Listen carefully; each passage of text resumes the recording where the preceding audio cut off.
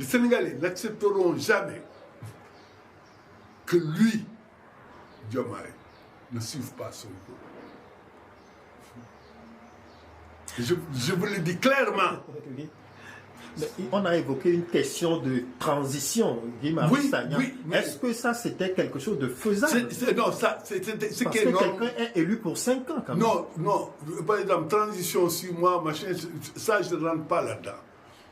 Mais je suis d'accord avec lui que Diomaye ne peut être que le président de transition pour un mandat. Ah oui.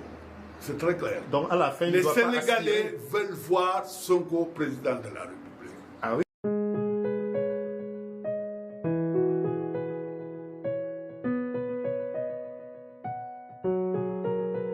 Je veux que nous parlions un peu des relations entre le président et son premier ministre Ousmane Sonko.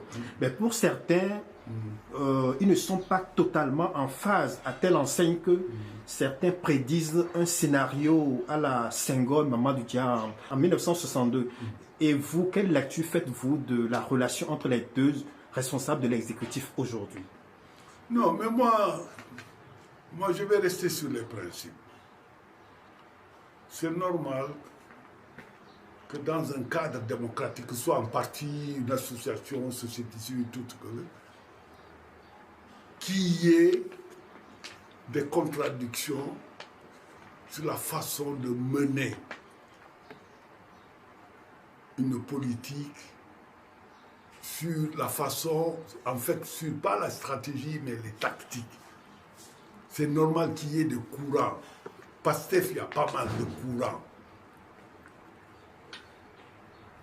Et comme vous dites, maintenant, même au-delà des partis, c'est des coalitions. Donc il y a beaucoup de courants. Et aujourd'hui, le cœur du projet, c'est la rupture systématique. Mais tous ceux qui sont dans le projet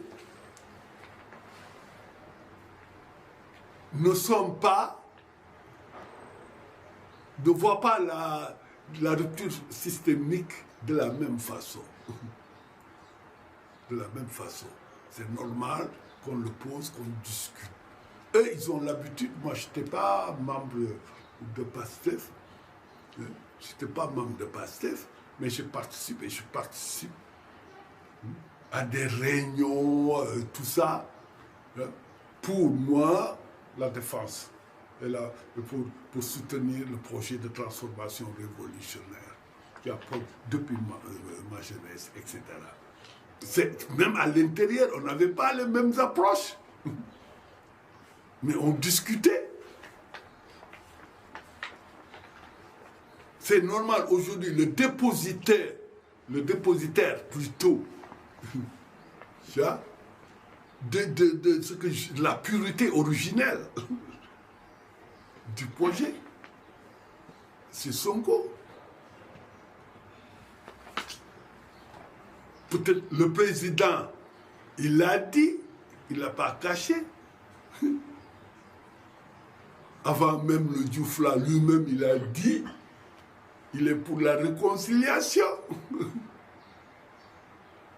Et c'est pourquoi il avait même appelé les assises sur le refondateur sur le système politique au Sénégal. Mais c'était une sorte d'assemblée qui configurait sa façon de voir les choses. Parce qu'il y avait les Amadouba, il y avait une partie de l'APR, même si l'autre avait boycotté, et comment il s'appelle, les Ablaye Daouda Diallo étaient là. Et quand vous voyez de l'autre côté aussi, il y avait, une partie du PDS, et ou bien de leur famille, comme ils appellent, les Modidian, tous étaient là. Les Chertidian Gadjo, tous étaient là. Même Baïper était là, pour vous. Pour moi, ça configure sa façon de voir. Or, moi, je ne sais pas cette façon.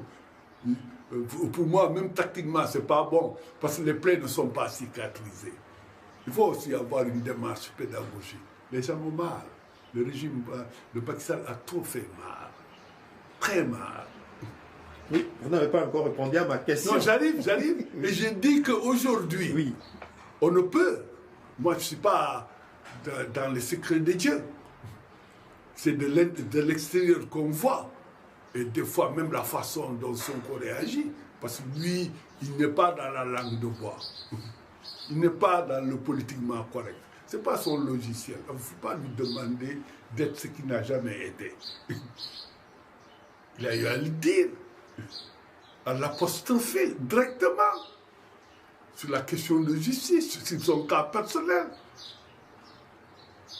Donc pour moi, pour revenir, à mon avis, c'est des contradictions secondaires sur la conduite. Il y a un groupe qui planifie dans le temps peut-être les transformations, l'autre groupe qui est beaucoup plus pour promouvoir des processus beaucoup plus révolutionnaires de transformation dans le premier mandat, dans les premières années de mandat. Peut-être que c'est ça aussi qui, à mon avis, pour moi, il n'y a pas encore de différence, et pour moi c'est gérable. Mais maintenant, à moyen et long terme, il peut y avoir une façon que les gens, que le processus révolutionnaire, il y en a qui vont incarner un processus beaucoup plus révolutionnaire que d'autres, et ça peut faire l'objet plus tard, même si on reste amis, de séparation politique. C'est-à-dire qu'aujourd'hui, à l'intérieur peut naître deux projets, peut-être pas camps, mais deux projets. Le projet, à mon avis, originel, qui a fait que lui-même, il a été élu président, et il avait promis, je rappelle son balai, mais le balai, là, on dirait que ça ne balait plus tellement. Donc pour moi, la symbolique du balai, c'est ça la symbolique du projet originel qui, lui, l'a porté au pouvoir. Et Ousmane Sonko est le gardien du temple. Ouais. Et tous les radicaux. Et il a une force politique aujourd'hui. S'il le déploie, personne ne pourra gouverner ce pays. Il a su le faire avec Macky Sall, qui n'est pas, comment on appelle ça, de cœur là, qui a utilisé l'appareil d'État de façon maximale, mais dans le contexte sénégalais. Le contexte sénégalais, quand même, ce n'est pas le contexte du Cameroun. Donc le président a intérêt à aller dans le sens voulu par le projet. Dans le sens qu'il a conduit là. Au risque d'avoir son premier ministre. Dans le sens qu'il a conduit là, ce n'est pas la compromission. Personne n'a dit qu'il ne faut pas, à mon avis, que le pays, à travers un projet politique, retrouve une cohésion sociale, retrouve une cohésion politique, mais avec une opposition qui s'oppose et un pouvoir qui gouverne. Donc, aller dans le sens du processus qu'il a conduit là, au risque d'avoir son Premier ministre comme opposant. Ce n'est pas le Premier ministre comme opposant, le peuple sénégalais comme opposant. Oui, mais peut-être mené par le... Non, le peuple sénégalais, aujourd'hui, oui. On n'a qu'à refaire les élections, vous allez voir. Oui. Et ce n'est pas seulement le peuple sénégalais, c'est toute la sous-région aujourd'hui. On vit à l'ère des ruptures. Si le Tchad a rompu avec la France, moi, je n'ai jamais cru que ça allait venir plus tôt. Même si, bon, le régime qui est là-bas, c'est autre chose. Il faut, quand les choses arrivent, il faut se dire, mais pourquoi le Niger, le Burkina, le Mali, aujourd'hui, et bientôt d'autres vont... Alliance des États du Sahel aujourd'hui. Oui, absolument. Et ça, c'est quoi? Ça veut dire le rétrécissement du territoire du néocolonialisme français. Je dis bien néocolonialisme français. Je n'ai pas dit qu'il peut y avoir autre chose. Mais c'est très clair que l'ère du temps, c'est de rupture avec le néocolonialisme français dans notre sous-région. Vous comprenez? Un pays qui est dans l'impasse politique. Un pays ingouvernable actuellement en France. La France, c'est ça. Ils ne sont même pas capables de voter un budget. Endettés jusqu'au cou. Oui, et incapables d'avoir un budget. Nous, on a un budget. Et un gouvernement stable. Un gouvernement stable, une majorité plus que qualifiée. C'est nous qui devons leur donner des leçons. La crise de la démocratie partout. C'est clair, dans le monde. c'est clair. Et l'extrême droite risque d'arriver au pouvoir. Oui. En Angleterre, ils vont arriver au pouvoir. Les derniers sondages montrent que ce soit Marine Le Pen ou Bardella, ils sont à 35% tout jeune dès le premier tour. Vous vous rendez compte? Nous, par contre, et c'est une vague qui déferle sur l'Europe, qui a déferlé sur les États-Unis. Nous, c'est le contraire. L'Argentine, le Brésil, il y a quelques années. Actuellement, ils sont en train de préparer un coup d'État au Venezuela, en Colombie. Et Trump menace d'intervenir au Nigeria. En utilisant quand même, ce que je dénonce, le massacre des chrétiens. C'est incroyable. Mais eux, ils massacrent les chrétiens comme les musulmans. Boko Haram. Le prétexte, c'est comme c'est le prétexte qu'il prend, les Blancs d'Afrique du Sud, etc. Pour vous dire, par contre, tu as un autre processus historique à l'inverse qui est en train de se manifester, qui va se développer. C'est le panafricanisme, la question des souverainetés. Même ceux qui s'alignaient avec la France sont obligés de dire attention, il faut qu'on revendique un peu de souveraineté. Alors, pour ajouter un peu à la précédente question par rapport aux relations entre le président et son premier ministre, est-ce que le duo n'est pas en train de se diriger vers un duel? Je ne crois pas. Non? Je ne crois pas, parce que PASTEF n'est pas un parti comme les partis traditionnels. PASTEF n'est ni l'APR, ni le PS, ni le PDS, qui sont de vieux partis, qui est un schéma traditionnel. Le PASTEF est un parti, à mon avis, qui appuie tous les partis qui ont su se développer. C'est des partis, à mon avis, qui sont hybrides. Entre partis, action politique et action citoyenne. La possibilité d'avoir des débats internes. Je parle de la base.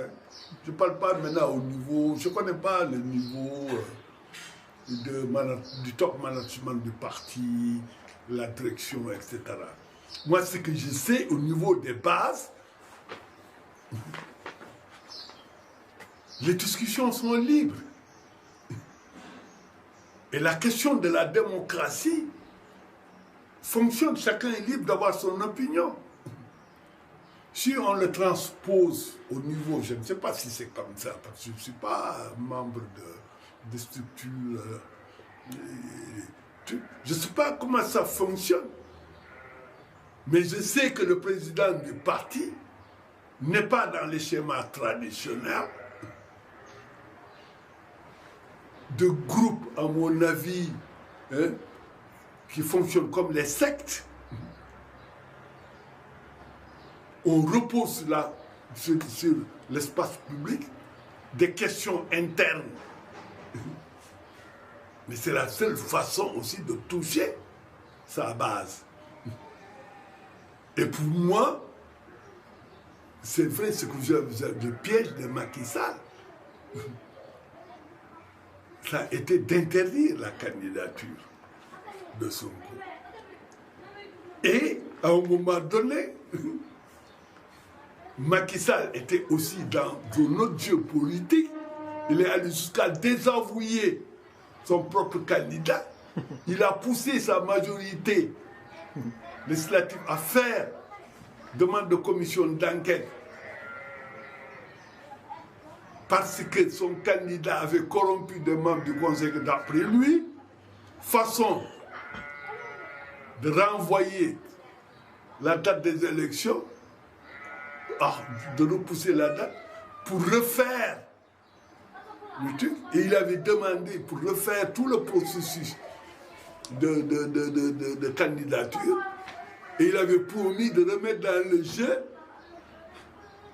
Sonko et Karim Wade. Sonko a refusé. Si c'était les autres, ils allaient accepter. Alors qu'il avait déjà désigné Diomaye. Donc pour moi, les Sénégalais aussi, c'est Diomaye qui va perdre. Les Sénégalais n'accepteront jamais que lui, Diomaye, ne suive pas Sonko. Mais on a évoqué une question de transition, Guy-Marie Oui, Sagna. oui, oui. Est-ce que ça, c'était quelque chose de faisable? Non, ça, c'est Parce que quelqu'un est élu pour 5 ans, quand même. Non, non. Par exemple, transition 6 mois, machin, ça, je ne rentre pas là-dedans. Mais je suis d'accord avec lui que Diomaye ne peut être que le président de transition pour un mandat. Ah oui. C'est très clair. Donc, à la fin, les il doit pas Sénégalais aspirer. veulent voir Sonko président de la République. Ah oui. Oui. Mais en même temps, et je reviens au niveau du pacte, nous ne voulons plus avoir un président monarque. Il faut une réforme. Ce n'est même pas une réforme, une refondation.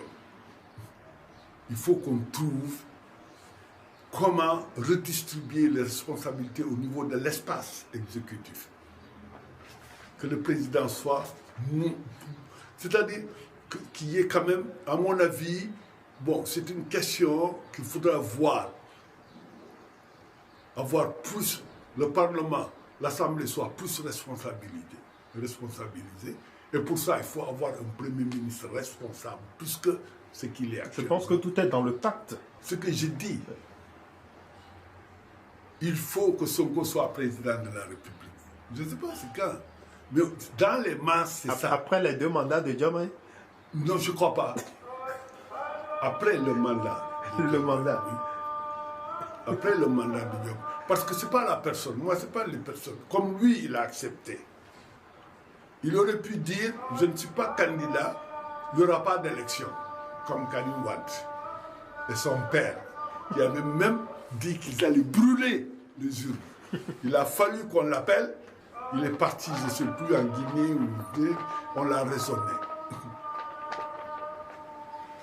Sonko n'a pas dit je suis le candidat A, B jusqu'à Z. Il a eu la grandeur parce qu'il savait que sa candidature, il savait très bien que sa candidature n'allait pas passer.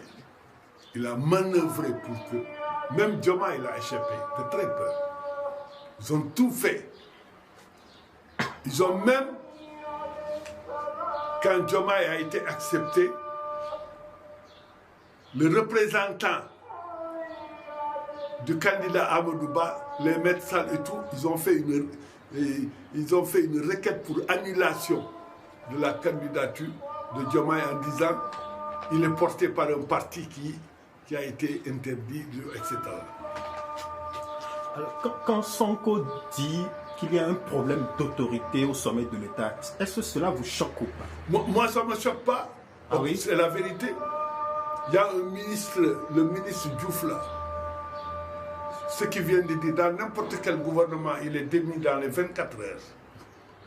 Et pourquoi il est là, selon vous? Justement,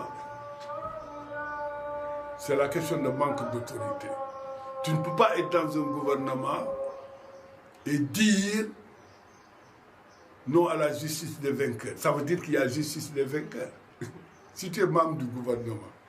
Il faut une solidarité gouvernementale. Il ne l'a pas observé. Oui. Non, c'est-à-dire, par exemple, quand tu es dans le gouvernement et tu dis il ne faut pas faire de la justice des vainqueurs et je demande au président de prendre ses responsabilités. C'est très grave. Est-ce que cela n'expose pas les frictions qu'il y a entre le président et son Premier ministre? Évidemment, moi je me suis posé la question. Ce gars-là n'a pas dit ça comme ça. C'est très clair. Il n'a pas dit ça comme ça. Sinon, il serait démis de ses fonctions à la minute qui suit. Parce que moi, je dis, Mais pour qu'il y ait même une justice des vainqueurs, il faut d'abord qu'il y ait justice, il n'y a même pas de justice. Mais elle est en cours, non, Mao? Oui, mais elle est en cours, mais bon, à mon avis, c'est vraiment... Parce qu'aussi, quand vous dites qu'elle est lente, ben, s'ils essayent de faire autrement, on va dire qu'on a fait des procès expéditifs aussi. Non, mais je suis d'accord, mais je veux te dire qu'aujourd'hui, la question de la mise en accusation de l'ancien président de la République est posée. Moi, ce n'est pas seulement, par exemple, non, parce que le président, dès qu'il n'est plus président, il est justiciable comme tout le monde. Il faut que les présidents aussi rendent compte de leur acte. Je n'ai pas dit qu'il faut le mettre en prison. Il faut aussi qu'on donne, c'est pédagogique, la symbolique de Sarkozy. C'est une symbolique très forte. Ouais. À la santé.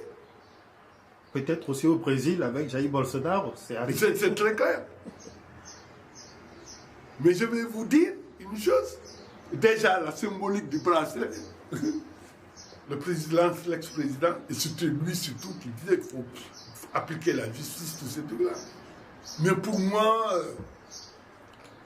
je suis d'accord que le président, tant qu'il est en fonction, il bénéficie de son immunité. Oui, mais une fois qu'il revient, mais pourquoi il a plus de trucs que moi et toi? C'est pas normal. C'est-à-dire, dans une démocratie, il faut aller jusqu'au bout. Mais si on crée des intouchables, alors qu'ils traînent tellement de casseroles, il faut qu'ils rendent compte. Je n'ai pas dit qu'il faut les mettre en tôle. Mais qu'ils répondent. Qu'ils répondent. Par exemple, la dette cachée, qui? Est-ce qu'il l'a autorisée? Est-ce qu'il l'a cachée? Tous ces milliards, ces rapports, pourquoi il dit j'ai mis le coude? C'est lui-même qui l'a dit. Personne ne lui a pas dit j'ai mis le coude. Depuis quelque temps, on a le sentiment que le régime de Macky Sall est encore en place. Quand on voit la manière dont les gens sont convoqués, enfin les médias, je veux parler des journalistes, hein, voilà. Qu'est-ce qui se passe à ce niveau-là? C'est-à-dire que moi, je vais vous dire une chose. Oui. C'est ce que je disais tantôt, que ce soit ministre, que ce soit... Moi, je suis contre même les privilèges des trucs. C'est-à-dire les députés. C'est normal quand il est en fonction. Mais un ministre, il faut un tribunal... moi, je suis contre les tribunaux d'exception. Le tribunal qui me juge, c'est la même chose.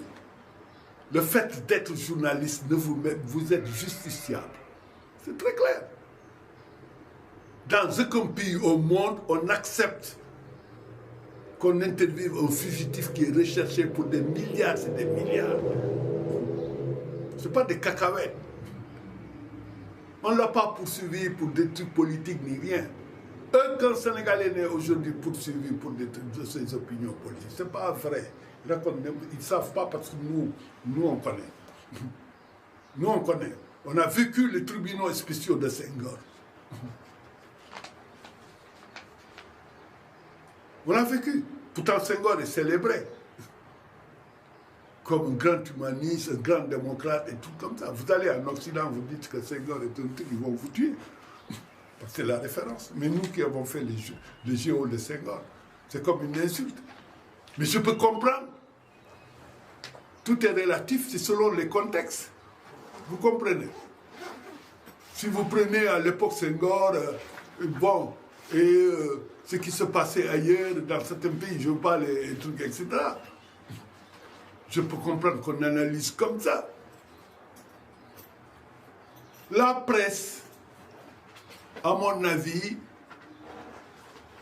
pendant très longtemps, a vécu sous l'ancien régime avec des privilèges. Pour ne pas dire, je ne veux pas rentrer dans ces trucs-là. On parle de leur travail. Donc, nous ne sommes pas en train de parler du cas Madiambal. Non, non, je parle d'une manière générale. Oui. J'ai dit qu'aujourd'hui, oui, si tu caractérises la presse, 90% de la presse ne payait pas l'impôt. L'ancien régime laissait faire. Les gens achetaient. Ils ne vivaient pas de leur activité économique. C'est une entreprise privée. Nous, on s'est battu pour la liberté de la presse. C'est nous. À l'époque, il n'y avait que... les journaux d'État, les médias d'État. Les médias d'État, qui faisaient que la propagande. On s'est battu pour qu'il y ait le pluralisme médiatique. Et suite a commencé Wolf. On a libéré quelques espaces. Et ensuite, après, on est devenu vraiment... Il a ouvert les vannes. Les vannes. C'est comme au plan politique, tu vois, Abdou Diouf... qui a libéralisé. Oui, le pluralisme intégral. Oui, ouvert l'espace politique et médiatique. Intégral. Tu vois, avec un effet pervers aussi. En fait, chacun peut créer son parti, tu vois, et n'est pas à jour du point de vue de la réglementation des partis. Donc, pour revenir, ces médias, ils ont un réflexe clanique. Poujadis. Ils défendent leur corporation, comme les autres. Je n'ai pas dit que ce n'est pas normal. Dans le cadre de la liberté d'informer. Dans le cadre de la liberté d'informer. Oui. Mais pas dans le cadre de la liberté de brouiller des pistes. Voilà. De brouiller, de brouillage. Oui, donc je ne parle pas des cas de fiscalité ou de... Non, c'est ce que j'ai dit. Mais la liberté d'informer, comme ce qui s'est passé récemment. Exact. Quand vous prenez votre chaîne et des gens insultent, d'abord vous faites de la politique. Vous avez votre chaîne, vous avez payé votre chaîne. Vous intervenez dans l'éditorial, vous intervenez dans le choix des journalistes, vous influencez la ligne éditoriale. Comme CNews, comme Bolloré, ceux qui sont en train de... Le JDD, oui, Europe 1. Ils ont acheté.